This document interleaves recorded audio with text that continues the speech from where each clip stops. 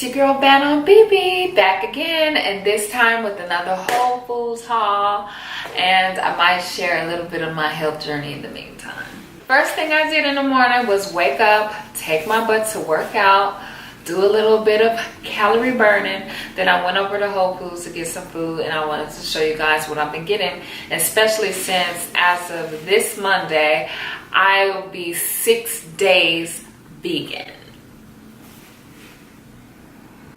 I know. I didn't expect this for myself.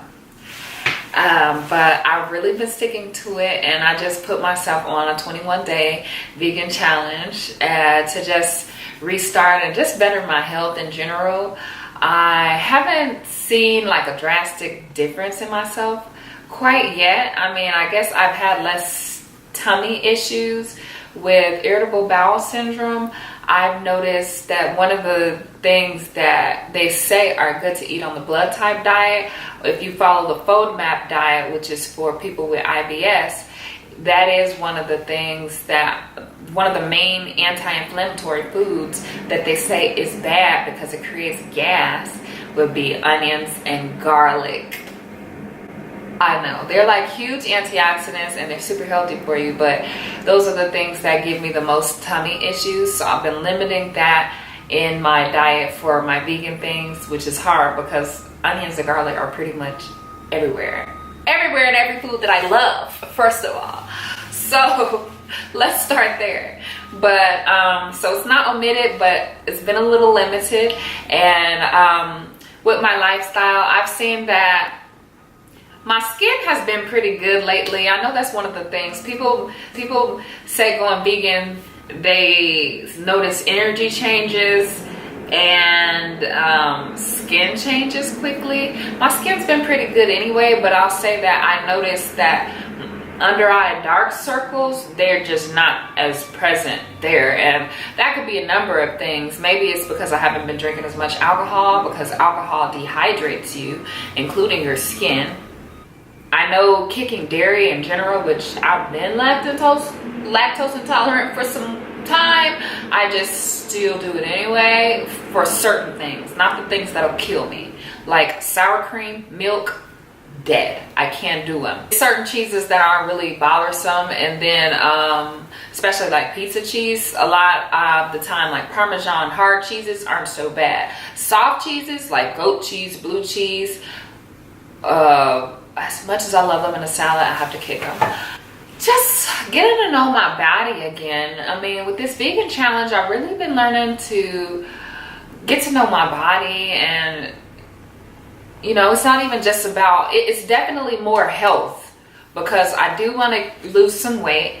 I do want to see if this curbs my autoimmune systems, which at this point, might as well be telling you guys, I'm pretty sure that the type of autoimmune disease that I have is psoriatic arthritis.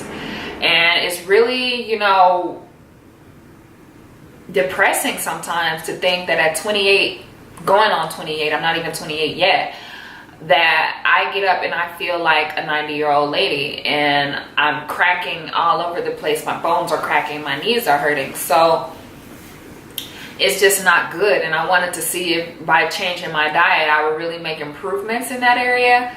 But I've been paying more attention to my mental health, because being somebody who is a blood type A person, I'm automatically more wired to deal with stress negatively. I'm not wired to work very, very long hours or be very strenuous or do a lot of strenuous activities. People who are blood type A people do better with yoga, do better with tea instead of a lot of caffeine with sugar. So it's simple things like that that I'm really paying attention to in my body, and I really see the results from that.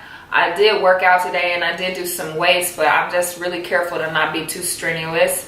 I do feel like my particular arthritis pains are more stress related than anything, because even with my diet, and I've been doing this vegan thing, and good vegan, I'm going to show you guys some of the things I've been eating, but I've been doing this vegan thing for about a week now, and it sometimes I feel better on weekends where I'm just chilling with my guy and we're just eating all kind of junk food and drinking and partying and having a good time, and I don't feel any of my symptoms. But I do feel my symptoms when I am eating healthy but I'm not getting the proper amount of sleep, or I'm really stressed out with work and things. And I've literally known that, like, I can stress myself out so much to the point where I give myself a headache.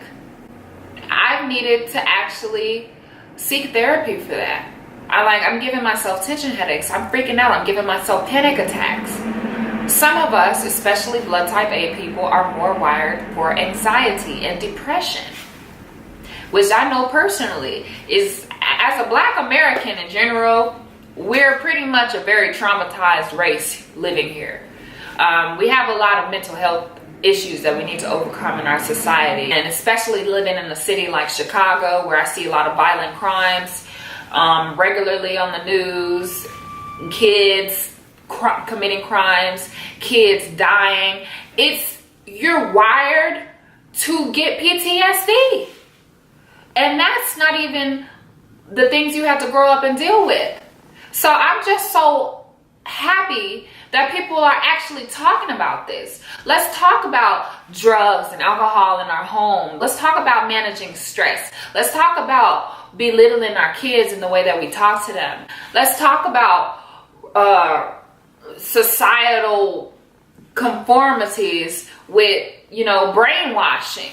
Let's talk about why when you go to these poor neighborhoods in our cities, you don't see a lot of whole foods, but you see a lot of fast foods. I'm just glad more people are waking up and more people are speaking about that mess.